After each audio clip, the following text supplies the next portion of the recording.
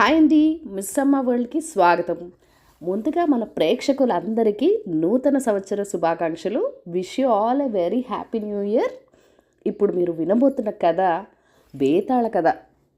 ప్రజలు, చదువు. పట్టువదలని విక్రమార్కుడు చెట్టు వద్దకు తిరిగి వెళ్ళి చెట్టుపై నుంచి శవాన్ని దించి భుజాన వేసుకుని ఎప్పట్లాగానే మౌనంగా శ్మశానంకేసి నడవసాగాడు.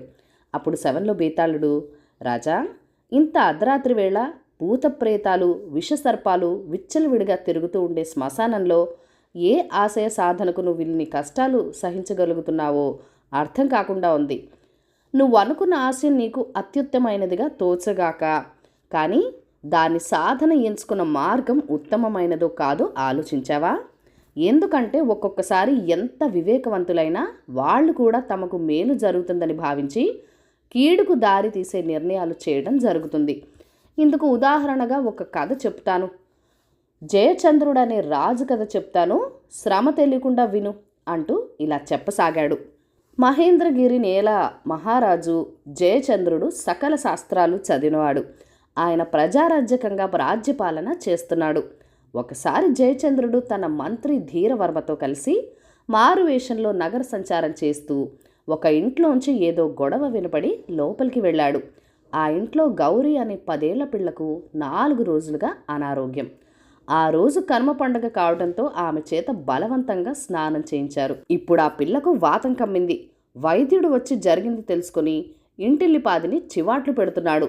పిల్లదానికి ఆయు ఉంటే బతుకుతుంది, లేకుంటే లేదు, అంతేకాని శాస్త్రం తప్పం, అందుకు మమ్మల్ని నిందించే మాటైతే నీ వైద్యం మాకక్కర్లేదు అంటున్నాడు ఆ ఇంటి పెద్ద.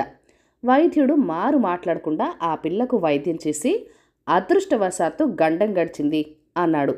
గండం గడవడానికి కారణం అదృష్టం కాదు, ఆచారాన్ని తప్పకుండా ఆచరించటం. అలాంటి వారిని దేవతలు దీవిస్తారు అన్నాడా ఇంటి పెద్ద. ఈ దృశ్యం కల్లారా చూసిన జయచంద్రుడికి మనసు పాడైపోయింది. ఆయన అక్కడి నుంచి రాజమందిరానికి వెళ్ళాక మంత్రి ధీరవర్మతో, మంత్రివర్య, మన దేశంలోని ప్రజల్లో మూర్ఖత్వం బాగా ప్రబలినట్టు తోస్తుంది. దీన్ని నివారించటం మన తక్షణ కర్తవ్యం. మీరేమంటారు అని అడిగాడు. మూఢాచారాలు మన ప్రజల్ని మూర్ఖుల్ని చేశాయి. వాటిని నివారిస్తూ శాసనాలు చేస్తే మంచిది అని మంత్రి సలహా ఇచ్చాడు. జయచంద్రుడు ఆ ప్రకారం శాసనాలు చేశాడు. ఆ శాసనాలు ప్రజలకు నచ్చలేదు. సాంప్రదాయాన్ని వ్యతిరేకిస్తున్నాడని వాళ్ళకి కోపం వచ్చింది. వాళ్ళందరూ కలిసి వినాయకుడని వాడిని తమ ప్రతినిధిగా ఎన్నుకొని రాజు వద్దకు రాయబారిగా పంపారు. వినాయకుడు జయచంద్రుని కలుసుకుని, ప్రభు, తరతరాలుగా పాటిస్తున్న మన సాంప్రదాయాల్ని మీరు తప్పుపడుతున్నారు. ఇది ప్రజలలో ఎంతో కలవరం కలిగిస్తున్నది. మీరు వెంటనే శాసనాలను రద్దు చేయకపోతే తిరుగుబాటు వస్తుంది అంటూ హెచ్చరించి వెళ్ళాడు. జయచంద్రుడికి కోపం వచ్చింది. ఆయన వినాయకుడిని ఖైదు చేయాలనుకున్నాడు. అప్పుడు ధీరవర్మ ఆయనను వారించి, ప్రభు, ఎండమావిలో నీరు తాగగలం కానీ మూర్ఖుణ్ణి ఎదిరించలేం.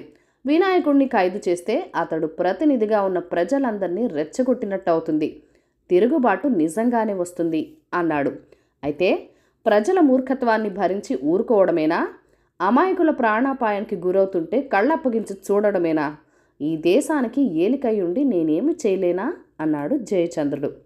ధీరవర్మ ఏమి జవాబు చెప్పకపోయేసరికి రాజు వినాయకుడిని పిలిపించి, నా శాసనాల అమలులను వాయిదా వేస్తున్నాను. నువ్వు శ్రద్ధగా చదువుకో.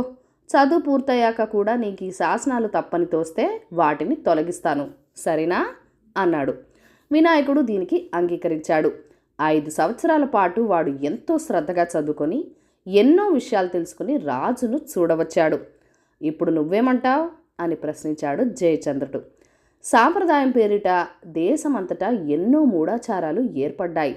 వాటిని తొలగిస్తే తప్ప దేశం అభివృద్ధి మార్గంలో నడవదు అన్నాడు వినాయకుడు. ఆహా, తెలుసుకోవాల్సిన విషయమే తెలుసుకున్నావు. ఇక శాసనాలు అమలు జరిపే బాధ్యత నీదే అన్నాడు జయచంద్రుడు సంతోషంగా. వాటిని అమలు జరపటం వల్ల నాకేం లాభం అన్నాడు వినాయకుడు. నీకు రాజు ఉద్యోగం ఇస్తాను, నెలకు 1000 వరహాల జీతం ఏర్పాటు చేస్తాను అన్నాడు జయచంద్రుడు. నేను ప్రజాప్రతినిధిని, నాకు 1000 వరహాల నెల జీతం. తమరు రాజు అంటే తమరు ప్రజాప్రతినిధే కదా, మరి తమరి నెల జీతం ఎంత అని అడిగాడు వినాయకుడు. ఈ ప్రశ్న జయచంద్రుడికి కోపం తెప్పించింది. ఆయన తీవ్ర స్వరంతో, తరతరాలుగా మా పూర్వీకులు దేశాలు ఏలారు. నేను ఈ దేశానికి రాజును. నీకు నాకు పోలికేమిటి అన్నాడు. వినాయకుడు చిన్నగా నవ్వి, పుట్టుక వల్ల రాజయ్యారు తమరు, ప్రజలెన్నుకున్న ప్రతినిధిని నేను.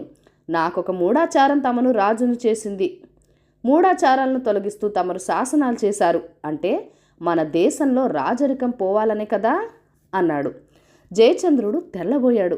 అతడికేం జవాబివ్వాలో తెలియక మంత్రికి కబురు పంపాడు. ధీరవర్మ వచ్చి వివరాలు తెలుసుకొని వినాయకుడితో, నీ ఆలోచన సబబుగా ఉన్నది. ఈ విషయంలో ప్రజాభిప్రాయం సేకరించు.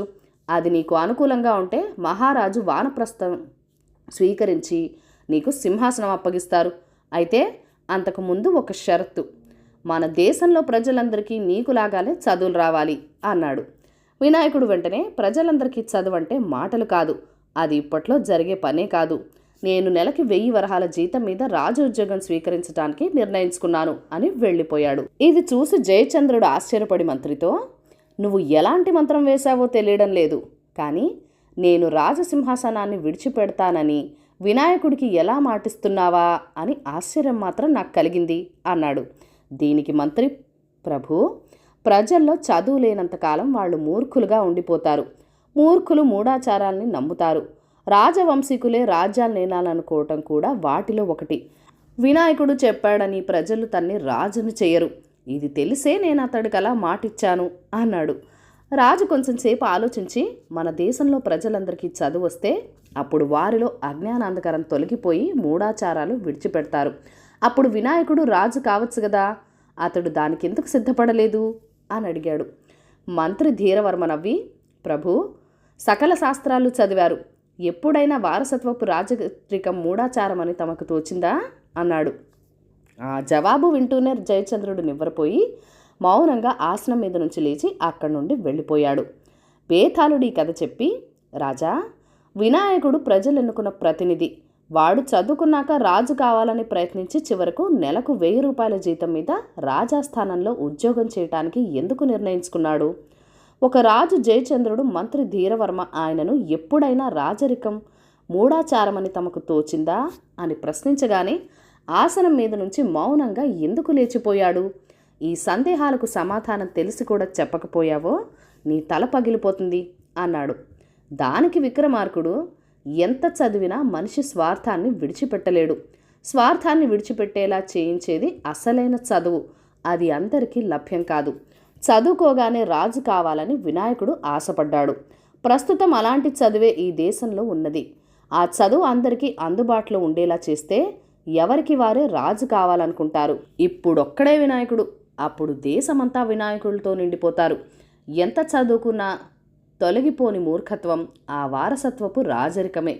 ఇది అర్థం చేసుకున్న వినాయకుడు సాటి ప్రజల్లో పోటీ పడ్డానికి బదులు రాజు వద్ద ఉద్యోగిగా ఉండడమే మేలని గ్రహించాడు. ఇక రాజు జయచంద్రుడు హఠాత్తుగా తన ఆసనం మీద నుంచి లేచిపోవటానికి కారణం ఆయన మంత్రి మాటల ద్వారా తన వారసత్వపు సింహాసనం కూడా ఒకానొక మూఢాచార వలయంలో పరిభ్రమిస్తున్నదని గ్రహించటం అన్నాడు. రాజుకి ఈ విధంగా మౌనభంగం గలకానే బేతాళుడు శవంతో సహా మాయమై తిరిగి చెట్టెక్కాడు. విధి వైపరీత్యం. ఆ 7 వర్షాలు ఎడతెరుపు లేకుండా కురవడంతో మిన్ను మిన్ను ఏకమైంది. కుశస్థలి నది పొంగి పక్కనున్న చాలా గ్రామాలను ముంచేసింది. నది పక్కనే ఉన్న నాయుడు గారి పల్లపు భూములు మునిగిపోయాయి. అతడు అష్టకష్టాలు పడి చేర్చిన ఆస్తంతా వరదలో కొట్టుకుపోయింది. అతడు అతడి కుటుంబం ప్రాణాలు దక్కించుకొని మెరక ప్రాంతాలకు చేరారు. ఇది విన్న నాయుడు మిత్రుడు రాయుడు నాయుడిని పరామర్శించేందుకు పట్నం నుంచి వచ్చి, ఏం చేస్తున్నావు నాయుడు? అంతా విధి వైపరీత్యం. సంపాదన వచ్చేటప్పుడు కొబ్బరికాయ నీరు వచ్చినట్టుగా వస్తుంది, పోయేటప్పుడు ఏనుగు మింగిన వెలగపండులా పోతుంది. విధి ఒక చేత్తో ఇచ్చి ఇంకో చేత్తో తీసుకోవడం వింతేం కాదు కదా అన్నాడు. నాయుడు 2 క్షణాలు మౌనంగా ఊరుకొని, నేను 30 ఏళ్ల పాటు కష్టపడి అంచెలంచెలుగా చేర్చిన ఆస్తి ఒక్క రాత్రిలో తుడిచిపెట్టుకుపోవటం మాత్రం ఏం బాగాలేదు. నువ్వనే ఈ విధి 30 ఏళ్ల పాటు కొద్ది కొద్దిగా ఎలా ఇచ్చాడో అదే పద్ధతిలో కొద్ది కొద్దిగా తీసుకుంటే నేనింత బాధపడి ఉండేవాణ్ణి కాదు. నువ్వు విధి వైపరీత్యం అనవలసిన అవసరం ఉండేది కాదు కదా, అవునా అన్నాడు. ఇది విన్న రాయుడు దీర్ఘంగా నిట్టూర్చాడు. ఈ కథను రచించిన వారు ఆర్ సత్య గారు. కథ కంచికి మనం ఇంటికి. ఈ కథలను లైక్ చేయండి, షేర్ చేయండి. మన ఛానల్ని ఫస్ట్ టైం చూస్తున్నట్లయితే కనుక సబ్స్క్రైబ్ చేసుకొని ప్లీజ్ మీ సపోర్ట్ ఇవ్వండి. మీ అమూల్యమైన ఫీడ్బ్యాక్ అండ్ సజెషన్స్ నాతో కామెంట్ సెక్షన్లో కూడా షేర్ చేసేయండి. Thank you for watching. Bye bye.